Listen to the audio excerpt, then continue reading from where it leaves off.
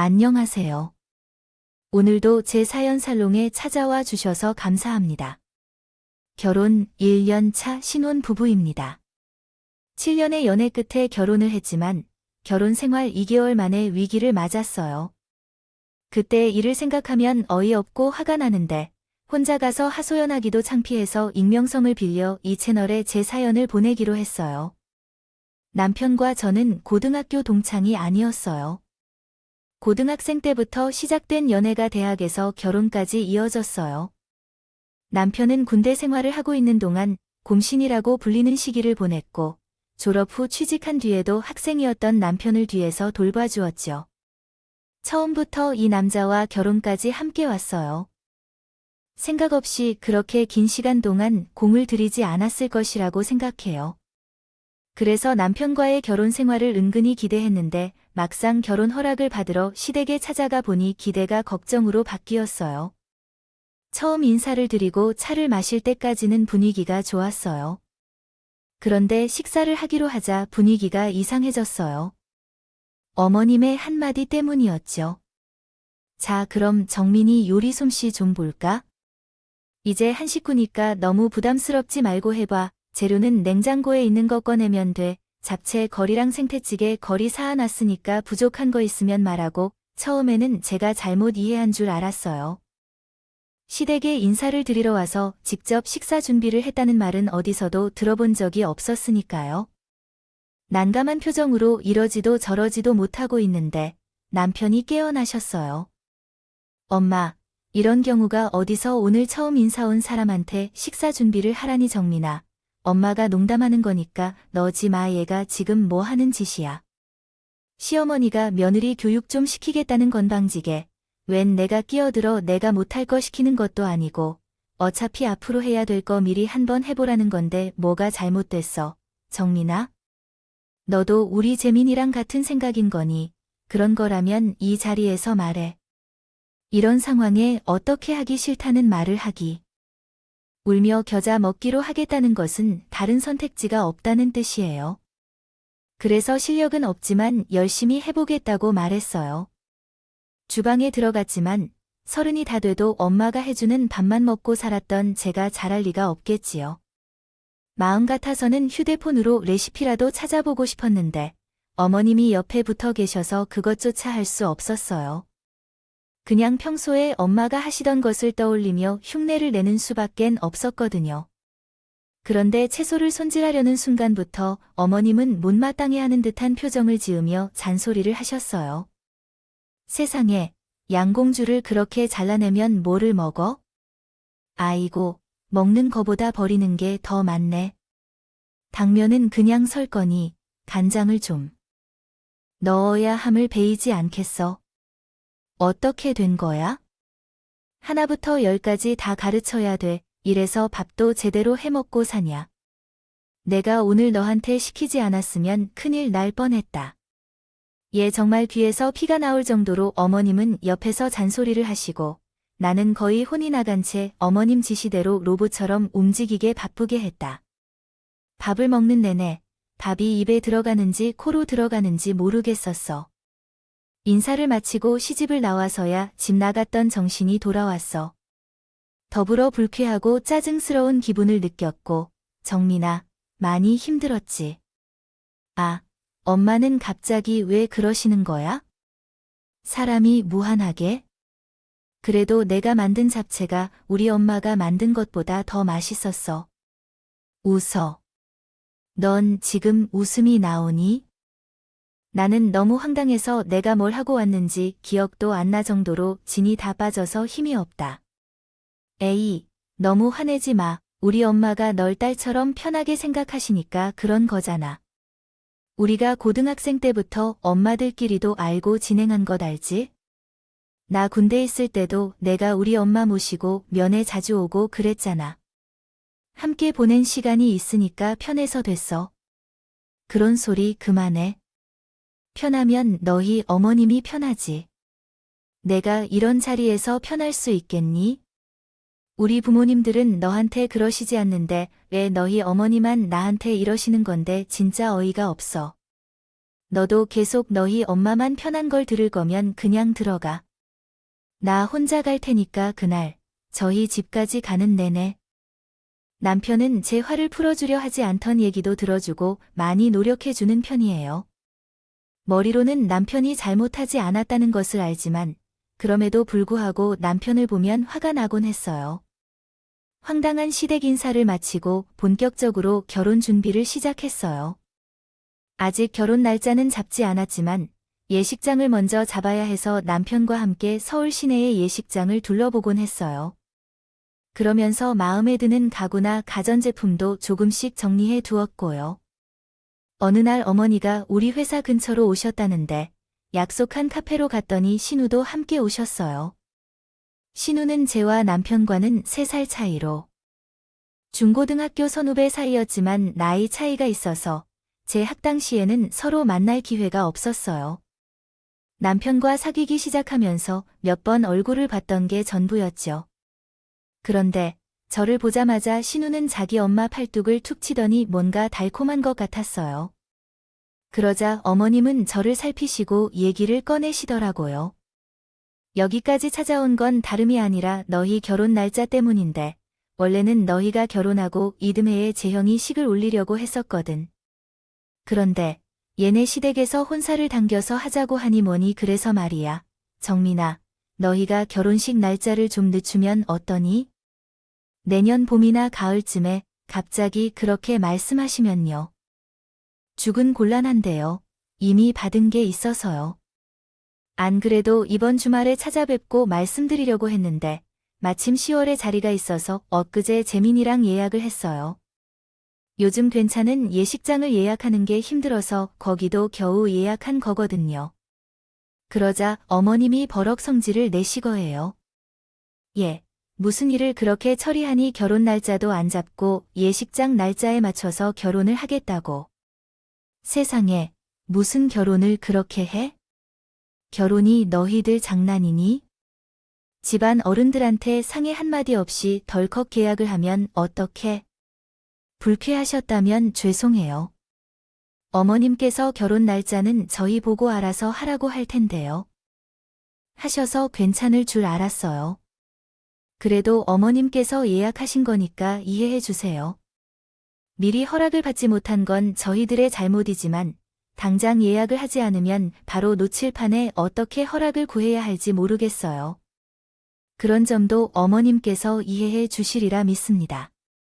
그런데 옆에 앉아있던 신우이가 속삭이더니 어머님의 표정이 환한 게 잘 보였어요. 상황이 그렇다고 하니 어쩔 수 없지만 마침 잘 된 일이네요. 우리 재영이가 아직 식장을 못 잡았거든요.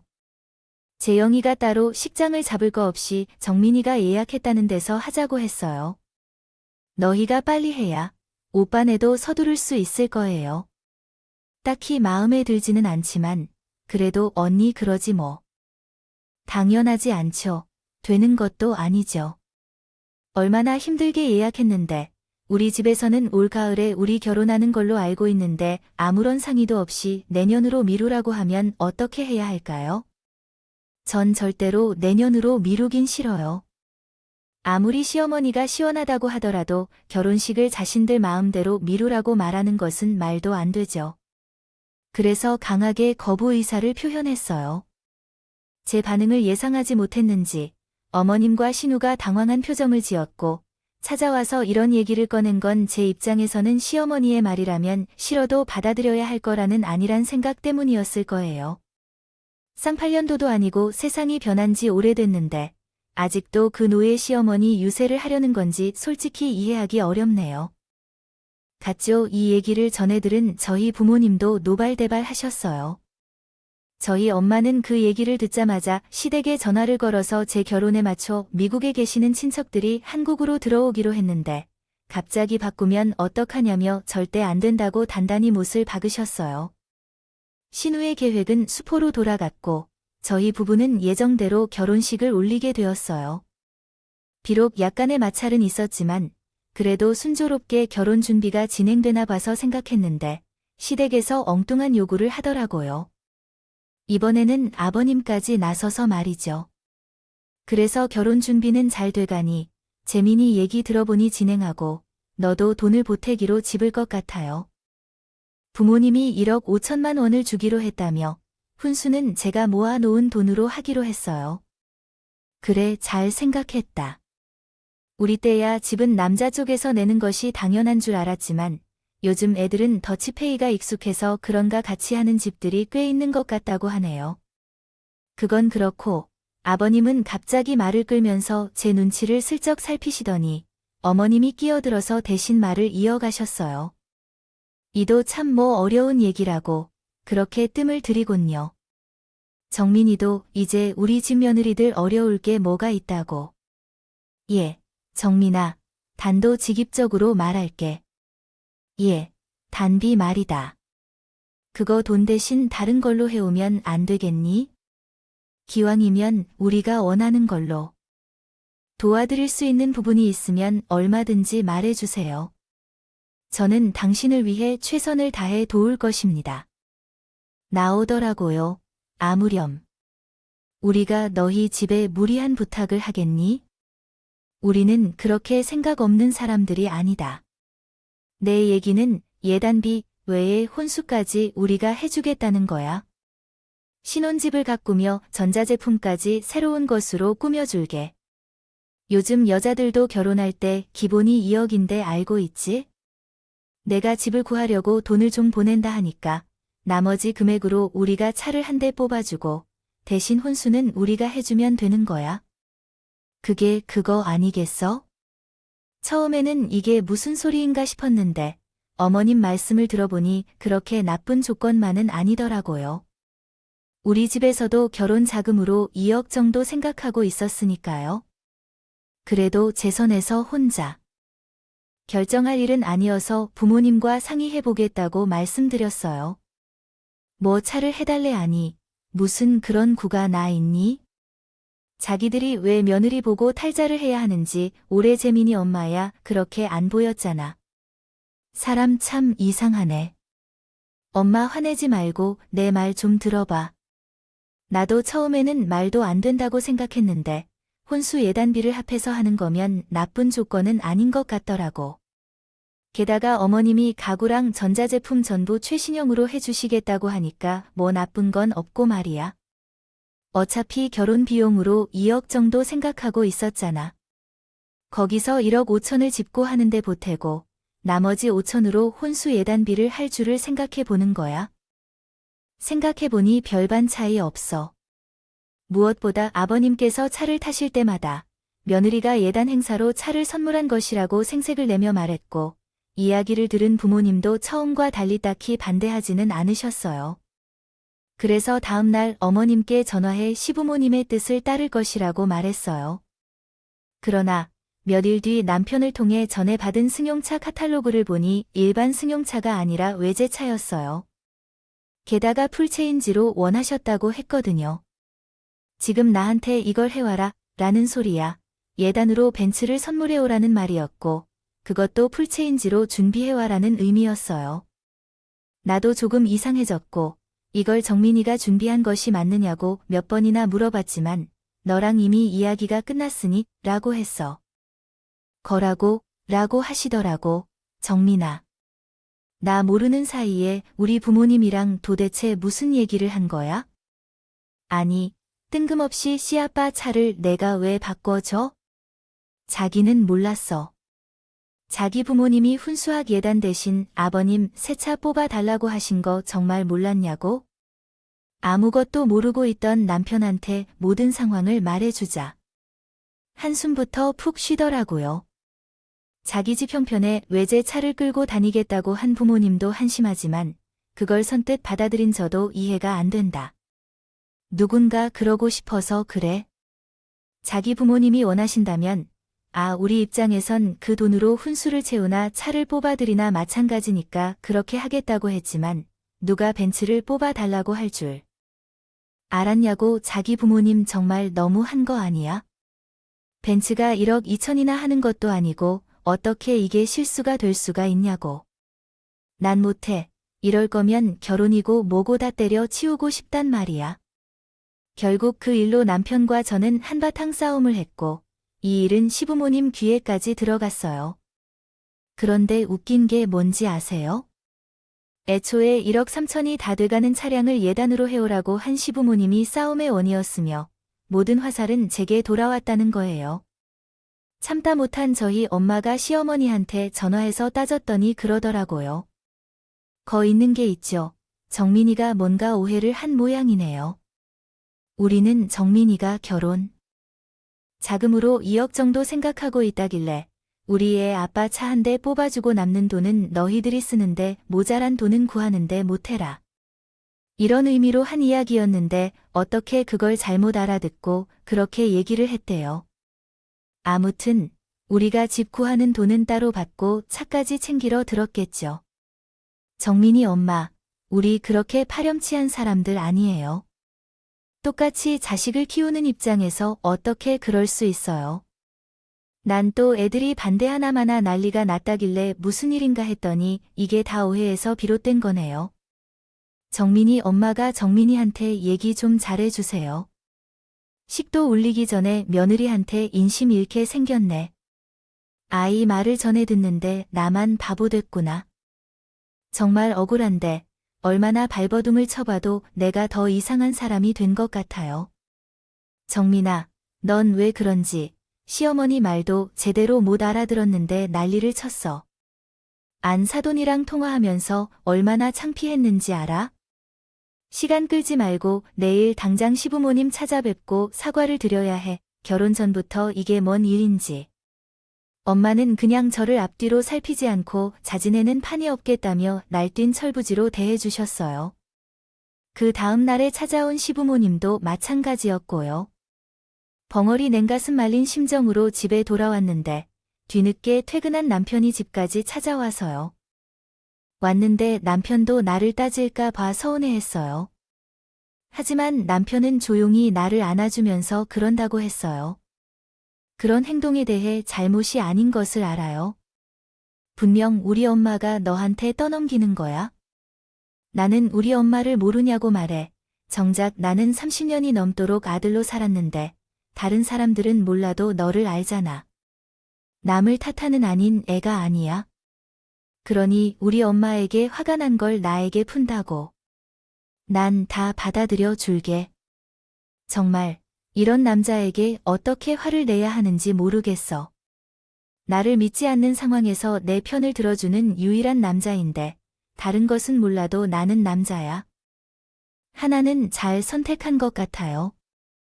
결국 집은 예산이 줄어들면서 줄어든 만큼 평소보다 조금 더 작은 곳으로 정했어요. 대출을 받으면서 굳이 집을 줄일 필요는 없었지만 이자를 내며 그렇게 하고 싶지는 않았거든요. 시부모님은 약속대로 우리 신혼집에 필요한 가구부터 전주제품 로봇 청소기까지 최신형으로 준비해 주셨어요. 비록 우리 집 평수에 비해 엄청 큰 걸로 선택해 주셨기 때문에 마치 극장에 온 것 같은 기분이었어요. 신혼집을 둘러본 우리 부모님도 시댁에서 큰 돈을 쓰셨다며 고마워하셨어요. 그렇게 말도 많았고 탈도 많은 준비 기간이 끝나고 드디어 결혼식을 올릴 수 있게 되었어요. 결혼식장으로 가는 길에 예비 신랑과 함께 계신 시누이를 만났어요. 시부모님은 예비 사위 앞에서 매우 긴장하고 계셨는데 마치 자신의 손자를 모시는 대가족의 아들인 것처럼 행동하셨어요. 하지만 두 분이 그러신 이유는 예비 사위의 직업이 의사였기 때문이었어요. 솔직히 제 신랑의 학력은 그리 좋지 않았어요. 전문대를 마는 것은 아니었지만 신랑은 성적이 좋지 않아서 적성에 맞지 않는 과목에서만 점수를 맞춰 전문대에 진학한 케이스였어요. 간신히 전문대에 진학했지만 학점도 안 좋아서 졸업 후 취직이 어려웠고 결국 아버님의 지인이 운영하는 사무실에 낙하산으로 들어가게 되었어요. 학벌과 직업으로 사람을 판단하는 것은 좀 그렇지만 신우와 예비 신랑의 스펙 차이는 누가 보아도 컸기 때문에 이 둘의 조합이 의아했어요. 그래서 시댁에서는 명문대 출신의 의사 사위를 놓치고 싶지 않았고 어떻게든 혼인을 성사시키려고 올인했다고 볼 수도 있어요. 그리고 거기에 제가 희생양이 되었다는 것은 나중에야 깨달았어요. 아무튼 시부모님은 아들 결혼식보다도 예비 사위에게 잘 보이는 데에만 혈안이 된 채 결혼식장을 뛰어다녔어요. 신혼여행에서 돌아와 보니 그 사이에 신우 결혼식 날짜가 잡혔더라고요.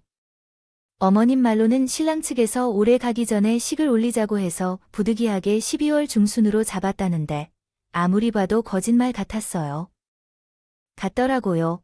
우연히 시누이가 통화하는 걸 들었는데 예비 신랑은 12월에 한창 병원 업무로 바쁘기 때문에 휴가를 내기 어렵다고 했어요. 진우는 신혼여행은 나중에 가도 괜찮으니 식부를 올리자고 매달리는 상황이었고요. 결국 12월에 식을 올리고 신혼여행은 병원 일이 조금 한가해질 때 가기로 하고 결혼식을 강행하게 되었어요. 자기야, 아가씨 결혼 말이야 굳이 서두를 필요가 있을까? 듣자 신랑 측은 연말이라 바빠서 꺼려하는 것 같다는데 어머님은 왜 그렇게 결혼을 서두르시나 몰라. 휴, 그놈의 의사가 뭐라고 다른 이유가 있겠어. 혹시라도 사위감.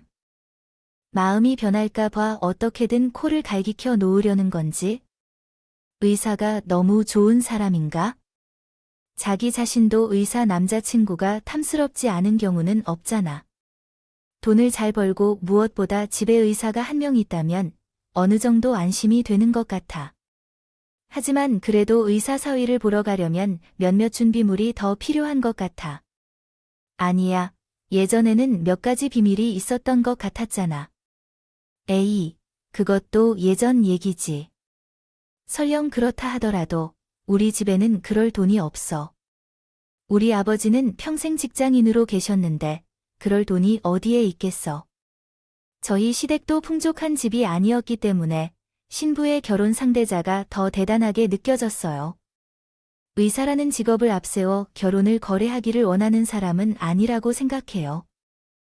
생각해보니 그게 아니었어요. 몰랐던 실정이 얼마 후에 밝혀졌어요.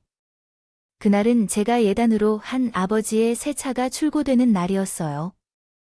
연락처에 제 번호를 남겨둬서 탁송업체가 저에게 전화했더라고요. 지정된 탁송지를 확인하기 위한 거였는데 좀 이상했어요.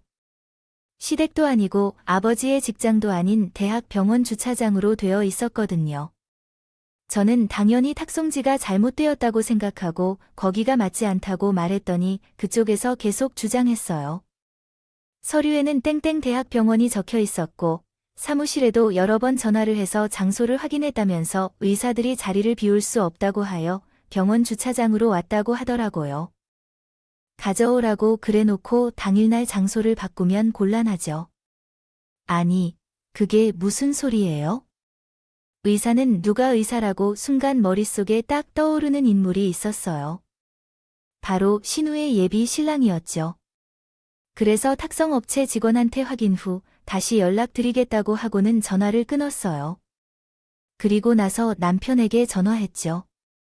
차를 병원으로 보내라고 했다고. 아니, 그걸 왜 몰라서 물었는데 그 병원의 의사 중에 자기가 아는 사람이 한 사람밖에 더 있었어요.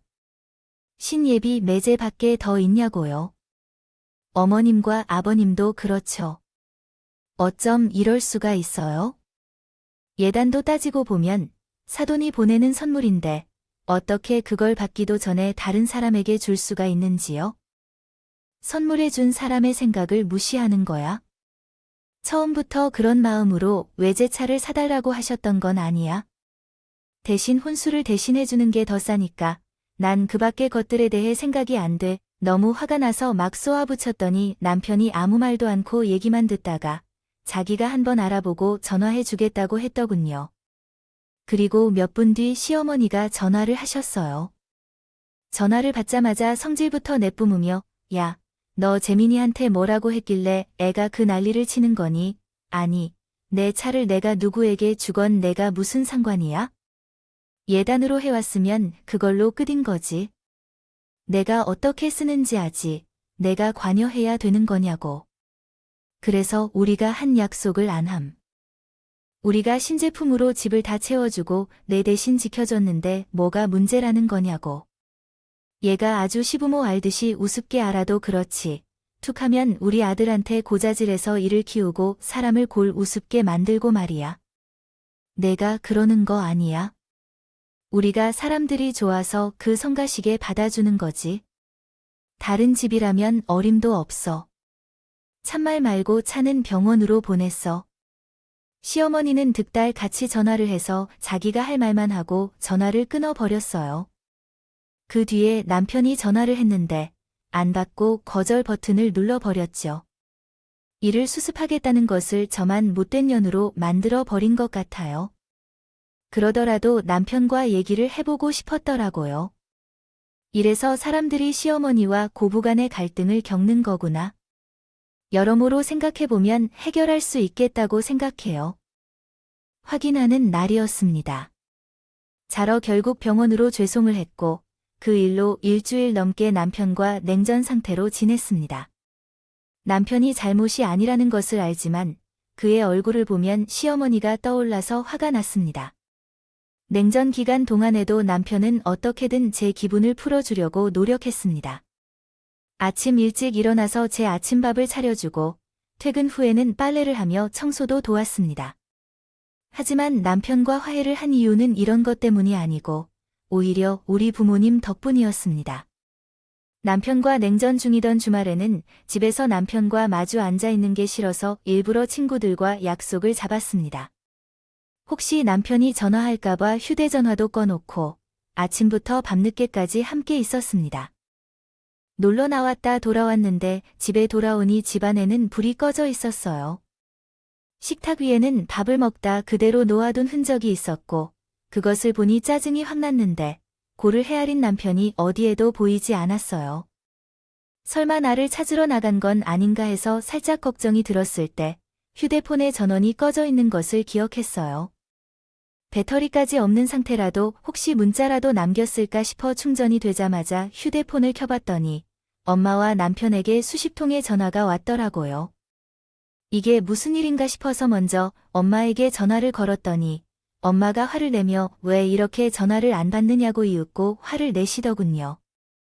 아빠가 지금 응급수술을 받는 중이라는 소식을 받았어요. 전화를 받을 힘이 없어서 자세한 상황은 재민이에게 전해줄게요. 내가 받아주실 수 있도록 전화를 넘겨야 해요.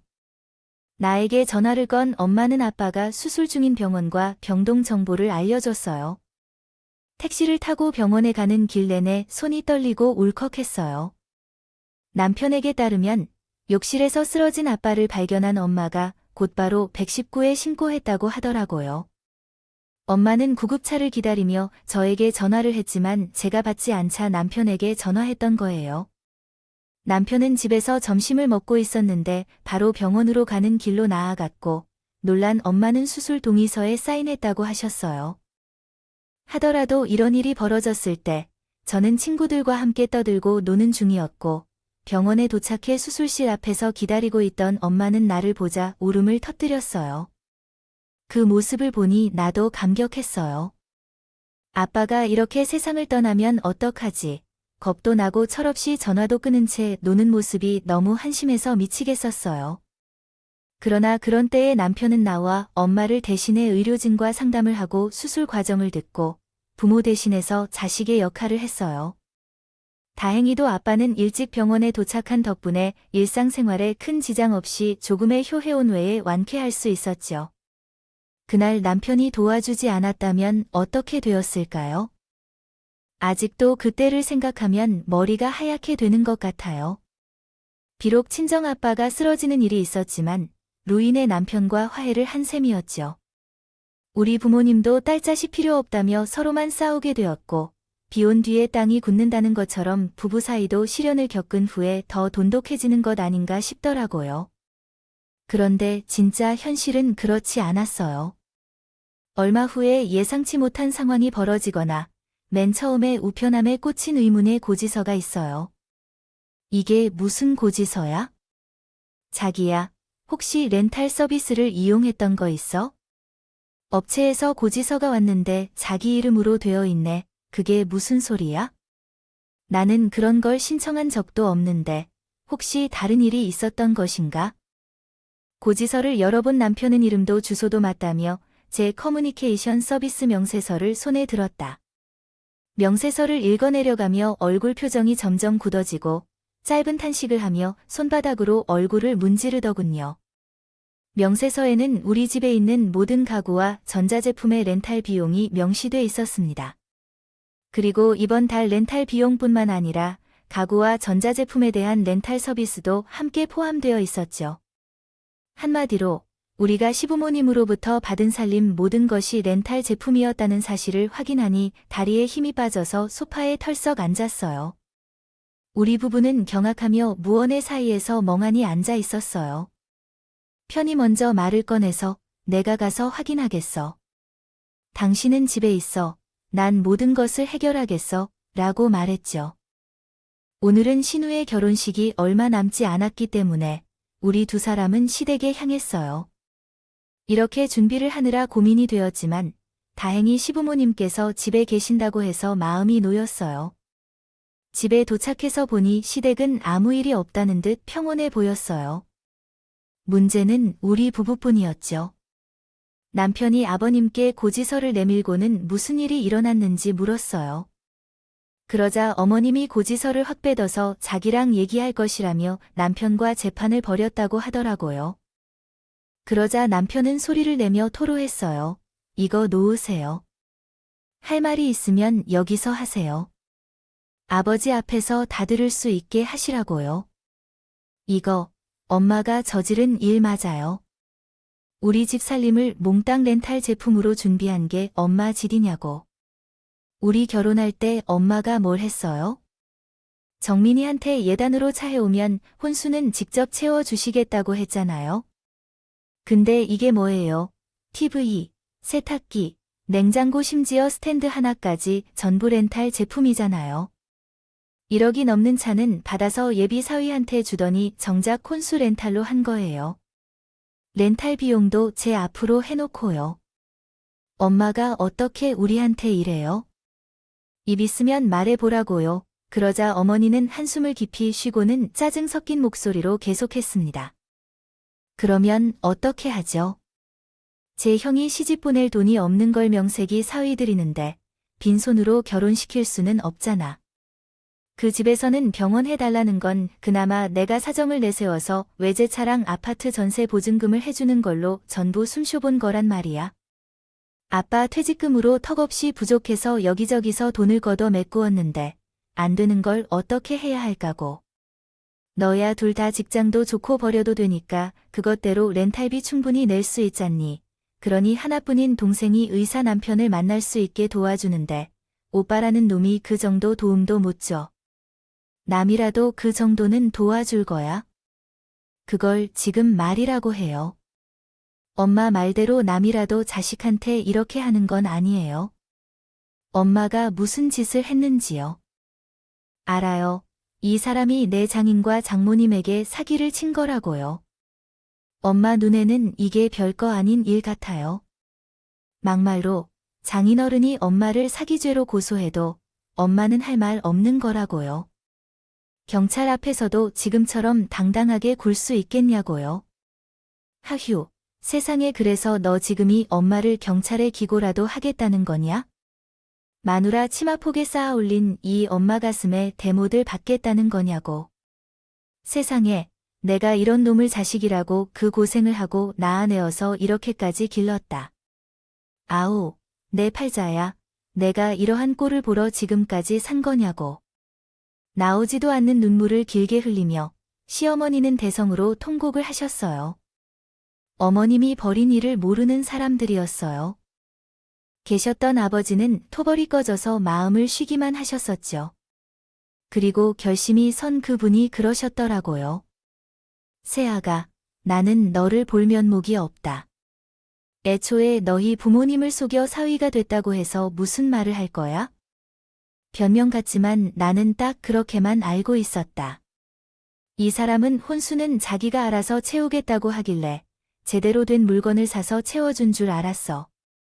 그 점에 대해서 정말 미안하다. 그리고 이건 약속하라. 너희 친정에서 해준 차값은 내가 대신 갚아줄 테니. 안 될 말이야. 여보, 난 그럴 돈이 어디 있어? 재영이 결혼식 치를 돈도 부족한데 그건 절대 안 돼. 가만히 있어 이 사람아. 내 딸 자식이 결혼하는데 왜 며느리 집에 피해를 줘? 그리고 집이 몇 채며 동 다발을 싸들고 하는 결혼이라면 안 하는 게 상책이야. 의사 사위 그런 것은 무슨 대수라고? 결혼 비용을 절반씩 부담하는 조건이 아니라면 재형이 그 집에 시집 보내지 마. 그래도 결정을 하겠다면 당신도 나랑 같이 여기는 게 좋을 거야. 아버님은 그 말을 끝으로 방으로 들어가 버리셨어요. 그러자 어머님이 쟤를 죽일 듯이 쳐다보시고 머리카락을 잡으러 달려들었어요. 하지만 그걸 막아서는 제 남편에게 두 손이 잡히는 바람의 뜻은 이루지 못했어요. 연하는 내 딸이 다 망치셨어. 왜 내 딸이 의사 남편을 얻게? 되니까 삼켜. 그랬었냐? 너는 못 가진 걸 내 딸이 갖게 되어서 억울해 그랬냐고. 너만 입 다물고 있었으면 아무 문제 없는 것을 기어이 내가 이 사다리를 내 죽어라년. 차라리 죽어. 목에 핏대를 세우고 악다구니를 쓰는 시어머니를 보니 온몸에 소름이 돋더라고요. 사람이 어떻게 그렇게 변할 수 있나 싶을 정도였거든요. 중간에서 어머님을 말리던 남편은 눈물까지 글썽이며 소리쳤어요. 제발 그만 좀 하세요. 도대체 어디까지 밑바닥을 보이려고 그래요? 엄마가 잘못한 거 맞잖아요. 그럼 사과를 해야지. 왜 끝까지 이 사람 탓을 하냐고요? 정말 창피해 죽겠어요. 내가 엄마 자식이라는 게 오늘처럼 창피한 적 없다고요. 엄마한테는 엄마는 딸의 인생만이 중요하고 며느리의 인생은 어떻든지 상관없는 모양입니다. 하지만 이제부터는 그렇게 할 수 없을 거예요. 지금 순간부터 난 엄마 아들로서는 더는 엄마에게 며느리가 될 수 없을 거예요. 엄마의 딸을 의사한테 시집을 보내든 말든 엄마 힘으로 알아서 하시라고요. 더는 우리 부부에게 피해를 입히지 말고요. 아셨어요? 그 길로 남편과 함께 시댁을 나와서 집으로 돌아왔어요. 얼마 후에 엄마가 집으로 찾아와서 아버님께 돌려받은 차갑을 우리 부부에게 주셨어요. 시아버지께서 우리 부모님을 찾아와 몇 번이나 사과하시고 돈을 돌려주셨다고요. 렌탈 업체에 위약금을 납부하도록 연락했어요. 물건도 렌탈 서비스도 제공해 주시고 렌탈한 제품이 없어진 자리는 차갑으로 돌려받아 구입했어요. 말로 설명하니까 쉽지만 새로운 혼수를 장만하는데 한동안 잠도 제대로 못 자게 힘들었어요. 그러나 이제 하나씩 제자리를 찾아가는 것을 보니 안심도 되고 이제야 정말 신혼생활이 시작되는 걸 느꼈어요. 한창 큰 난리를 치고 난 뒤 저희 부부는 시댁과의 연락을 끊고 살고 있어요. 신우의 결혼식에는 참석해야 할지 말아야 할지 고민했는데 결국 그런 고민을 할 필요가 없게 되었어요. 신우의 예비 시댁에서 혼수 문제로 갈등이 생겨 파혼하게 됐거든요.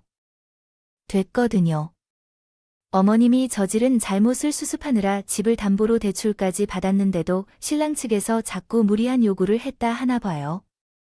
결국 이렇게 될 걸 그 난리를 치고 주변 사람을 힘들게 했다니 그 놈의 의사사위가 뭐냐고 말이에요. 이번 일을 겪고 나서 한 가지 깨달은 게 있어요. 부부의 여는 돈이나 사회적 지위가 이어주는 게 아니라 서로에 대한 믿음이 이어주는 거란 사실이에요. 불같은 사랑은 아닐지라도 한 곳을 바라보며 함께 걸어갈 수 있는 내 남편과 앞으로도 열심히 살아갈 생각입니다. 지금까지 제 사연을 들어주셔서 감사합니다. 항상 건강 조심하시고 매일매일 행복하세요. 여러분 댓글의 응원과 함께 더 나은 모습으로 계속 노력할게요. 감사합니다. 현명한 충고를 드리겠습니다. 부탁드립니다. 좋아요와 구독은 저에게 큰 힘이 됩니다.